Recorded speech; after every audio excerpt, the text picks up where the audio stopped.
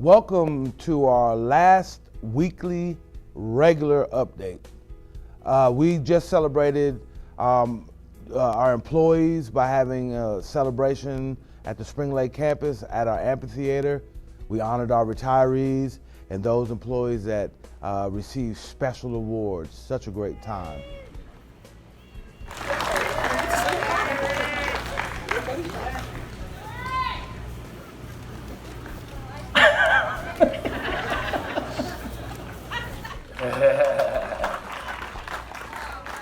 careful with it, D. So, show it to the crowd, D.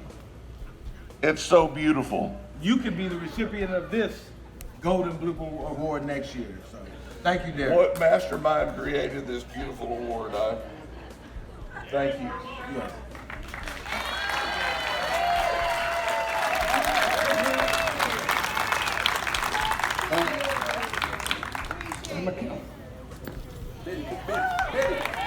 In the Information Technology Center in the computer repair and networking program with Tim in the Career Tech System. When asked to tell a funny story that happened while working here, she says, there are too many hilarious funny stories to pick just one. Payroll and benefits clerk. She was surprised that finance, benefits, and payroll were all in the same room. She was super surprised that she was given a table, a chair.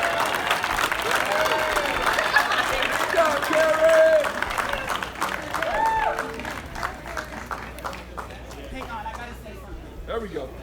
Thank you. Does everyone have their payroll turned in?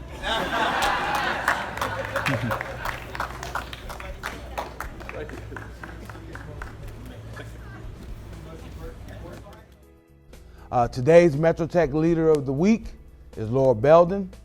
Laura is an Environmental Safety Coordinator at Metro Tech.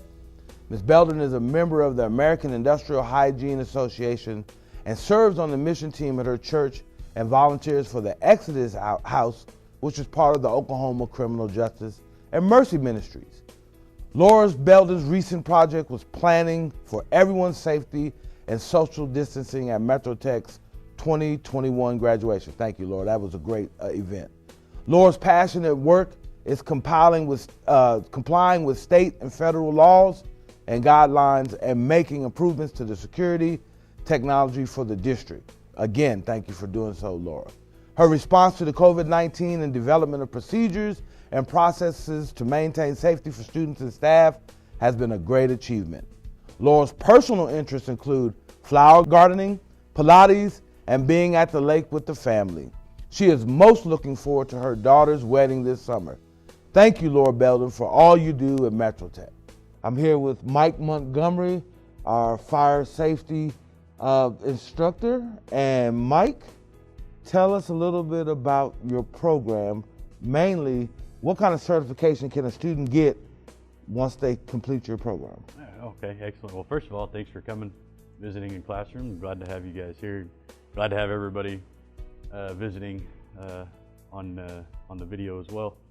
So this is a 2-year program, and for high school students right now, when they leave this program, they have the opportunity to have their IFSAC certification in Firefighter 1, hazmat operations, hazmat awareness. Then we also do certifications for auto extrication for the awareness and operations level there. We just completed our certification testing for all 4 of those just a few weeks ago. We went to pull apart, and they were gracious enough to give us 2 cars to cut on.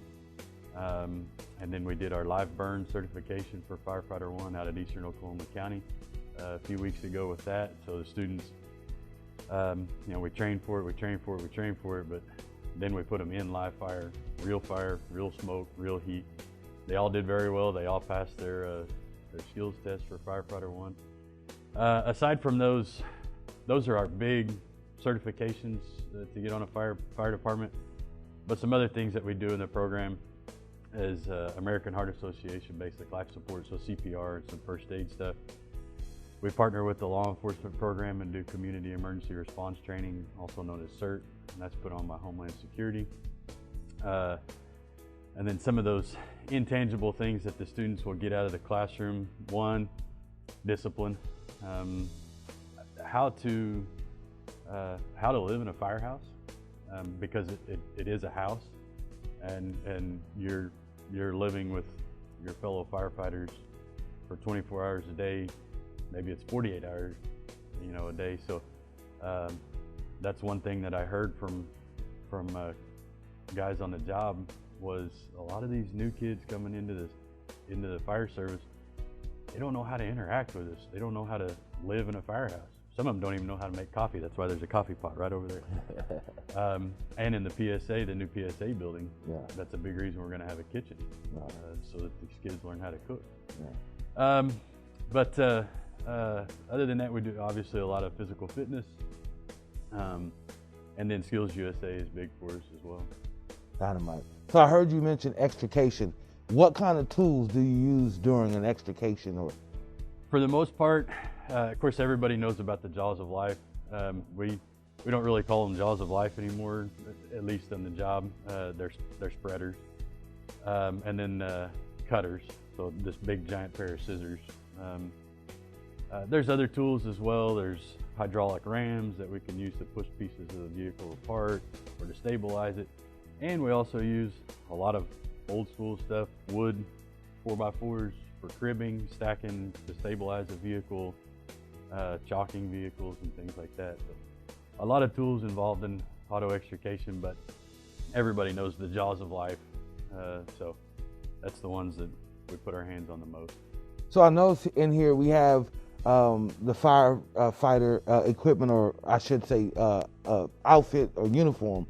I've always wondered, how much does a full uniform weigh? This bunker gear, this is structural firefighting gear, and you're probably looking from head to toe for helmet, coat, pants, boots, somewhere around an extra 40 to 45 pounds added to you. And then if you add an SCBA, our SCBA's here, that's another 40 or so pounds. Then you can put tools in our hands. You can get upwards of a little over 100 pounds extra on a firefighter. Wow.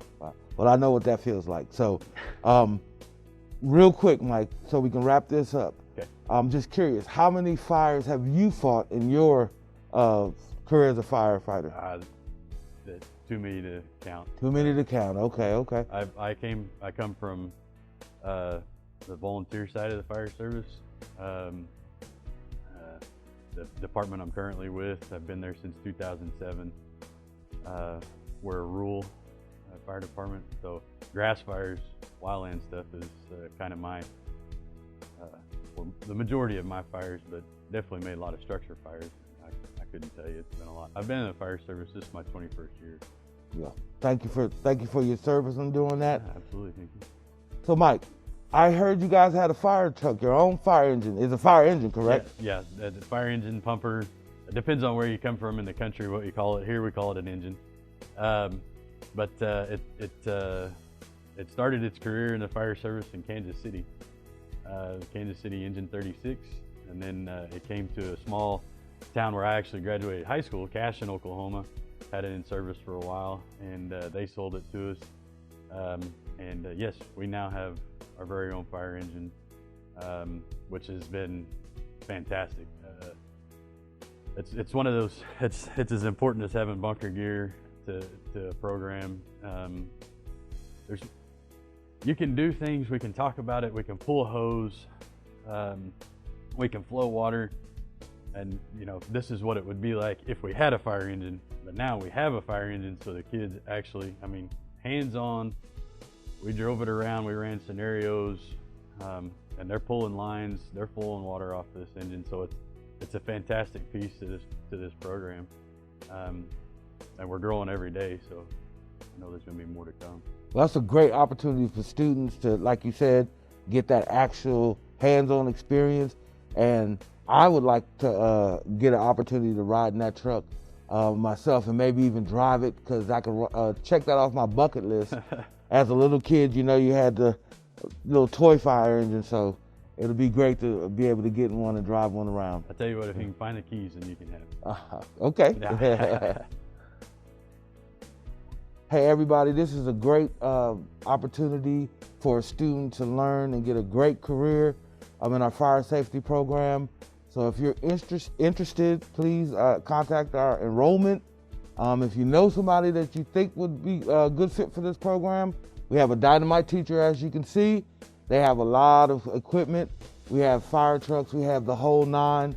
So please, please, please enroll and get a good education in fire safety. This week, we recognize another scholarship winner from the Metro Tech Foundation, which is Aiden Ford. Aiden Ford received the Mark Vincent Memorial Scholarship. Aiden is a homeschooled high school student and attends Metro Tech's pre-engineering program taught by Janet Portwood. Mr. Ford plans to attend Oklahoma City Community College to become an industrial engineer. Aiden's hobbies include playing basketball, running, and working on cars. Congratulations, Aiden Ford. As our faculty and students go to summer break, get much needed rest, let's look at a montage of the year in retrospect.